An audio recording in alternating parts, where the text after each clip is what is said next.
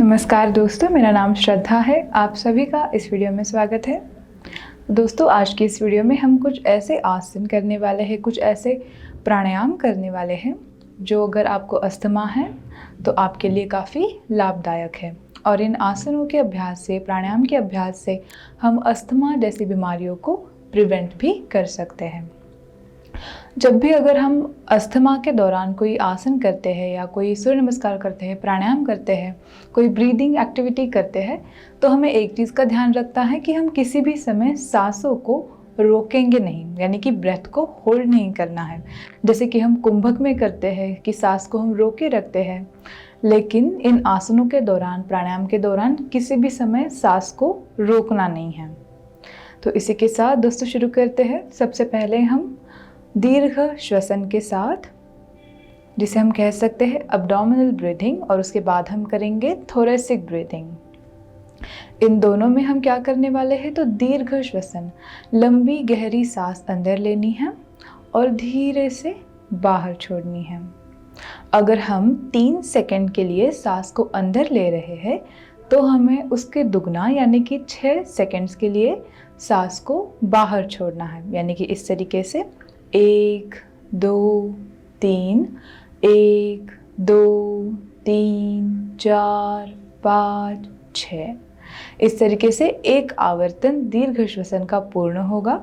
अब abdominal breathing मतलब क्या, तो हमें हमारा ध्यान पेट के ऊपर केंद्रित करना है और हमें सांस अंदर लेते हुए जो पेट की हलचल हो रही है, पेट बाहर की तरफ आता है, सांस छोड़ते वक्त पेट फिर से अंदर की तरफ आता है, उसे बस देखना है, महसूस करना है। और कोशिश करनी है कि इस दीर्घ श्वसन के दौरान आपके कंधे ऊपर नीचे ना हो।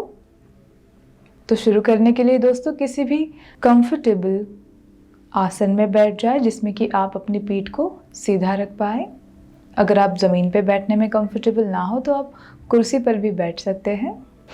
अगर आप मैट पे बैठे हो तो कोई भी मेडिटेटिव आसन में बैठे हुए हाथों को घुटनों के ऊपर रखना है, कंधे रिलैक्स, आँखों को कोमलता से बंद करें और दीर्घ श्वसन शुरू करने से पहले कुछ समय के लिए शांति से बैठे रहें। शरीर को रिलैक्स करने का प्रयास करें।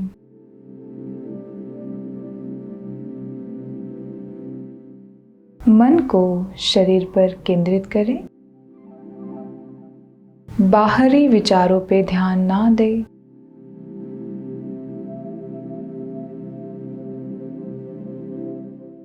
अब धीरे धीरे अपना ध्यान सांसों पर केंद्रित करें।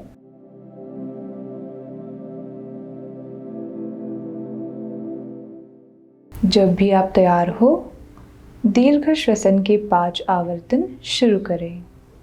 लंबी गहरी सांस अंदर लें और दुगनी समय के लिए सांस को बाहर छोड़ें।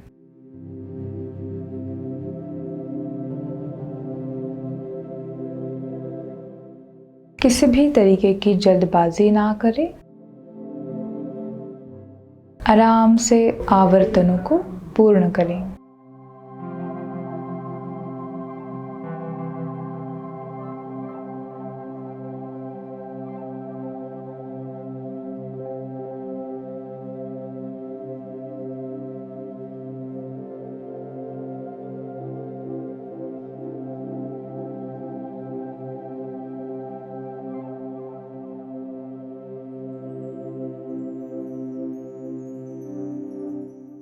पांच आवर्तन पूर्ण होने के बाद अपना ध्यान चेस्ट के ऊपर, छाती प्रदेश पर एकाग्र करें और हम पुनः 5 आवर्तन करेंगे दीर्घ श्वसन के।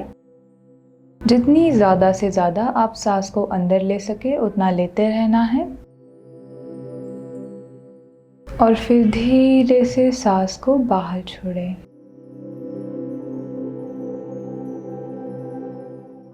फिर से एक बार सांस अंदर, धीरे से सांस बाहर। शांति से धीमी गति से 5 आवर्तन पूर्ण करें।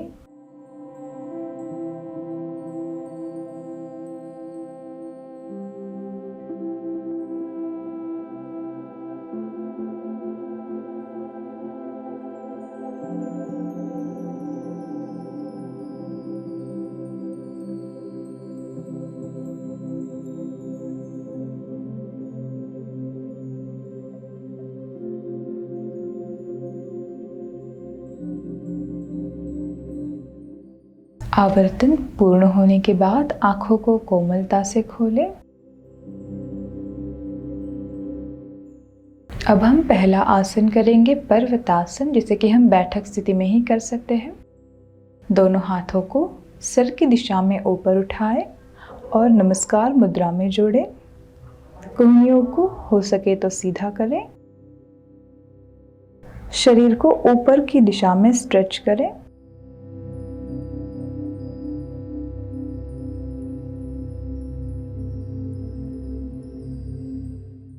हम इस आसन को 15 से 20 सेकंड्स के लिए बनाए रखेंगे।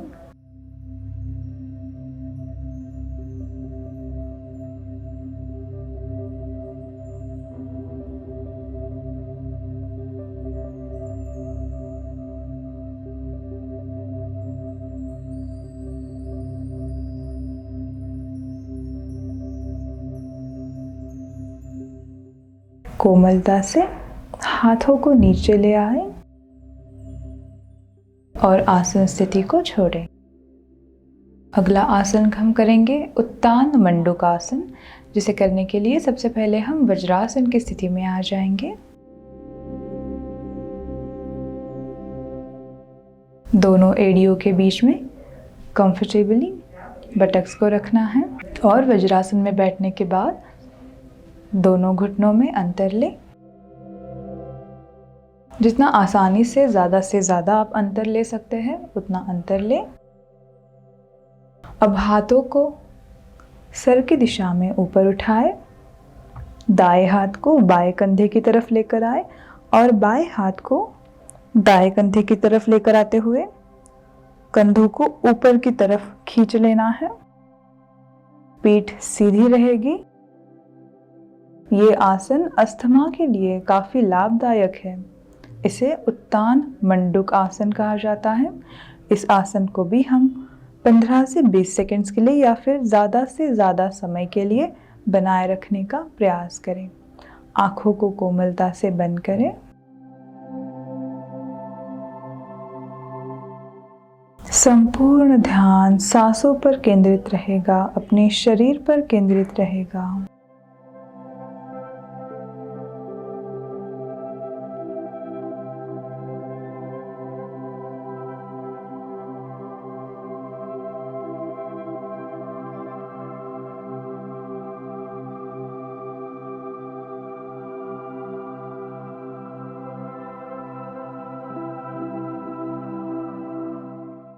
आसन स्थिति छोड़ने के लिए आंखों को कोमलता से खोलें। हाथों को सीधा करते हुए जमीन की तरफ लेकर आए। दोनों पैरों को एक साथ मिला लें और वज्रासन की स्थिति में कुछ समय के लिए विश्राम करें। तो दोस्तों, अगला आसन हम करेंगे अर्ध उष्ट्रासन, जिसे करने के लिए हमें वज्रासन की स्थिति से घुटनों के ऊपर खड़ा होना है। दोनों घुटनों में और दोनों पैरों में अंतर रहेगा। अब हाथों को कमर के ऊपर रखना है और कूहनियों को एक दूसरे के करीब लेकर आए। कमर को आगे की ओर ढकेलते हुए पीछे की तरफ झुकना है धीरे से। ध्यान रहे कि आंखों को खुला ही रखना है और सांसें चलती रहेंगी, सांसों को रोकना नहीं है। अपनी क्षमता अनुसार पीछे की ओर झुकते रहे और 15 से 20 सेकंड्स के लिए इस आसन को बनाए रखने का प्रयास करें।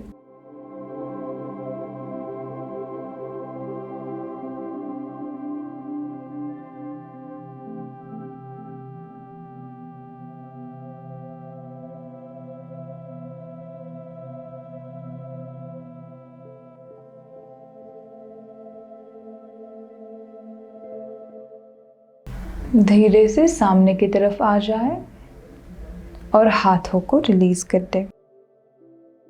अगर आप अर्ध उष्ट्रासन की स्थिति को आसानी से कर पाते हैं तो अगला आसन हम करेंगे उष्ट्रासन, जिसे करने के लिए हम दोनों हथेलियों को पैरों के पंजों के ऊपर रखते हैं और कमर को आगे की ओर हल्का सा पुश करते हुए पीछे की तरफ झुकते हैं। सांस अंदर ले और सांस बाहर छोड़ते हुए सबसे पहले बाएं हाथ को बाएं पैर के ऊपर रखें और फिर दाएं हाथ को दाएं पैर के ऊपर, गर्दन को पीछे की ओर छोड़ दें और अपनी क्षमता अनुसार इस आसन स्थिति को बनाए रखें।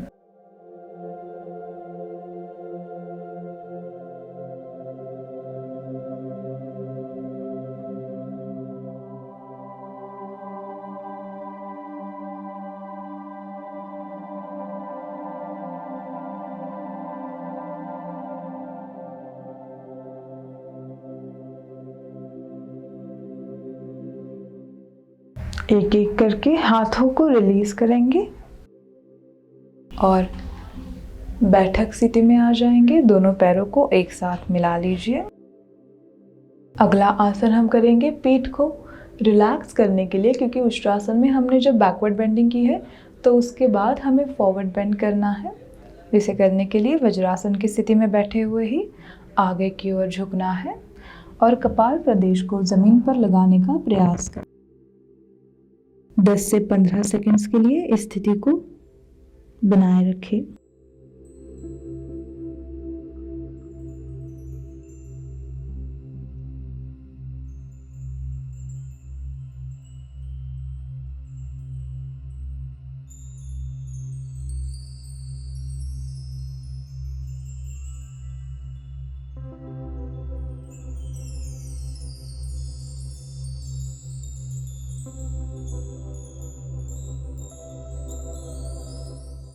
हुए बैठक स्थिति में आ जाए और विश्राम करें। तो दोस्तों, इस प्रकार से इन आसनों का अभ्यास नियमित तौर से करें और अपनी क्षमता अनुसार हर एक आसन को बिना सांसों को रोके हुए बनाए रखने का प्रयास करें। अगर आपको हमारी वीडियो अच्छी लगी हो तो इसे लाइक करना ना भूलें। धन्यवाद।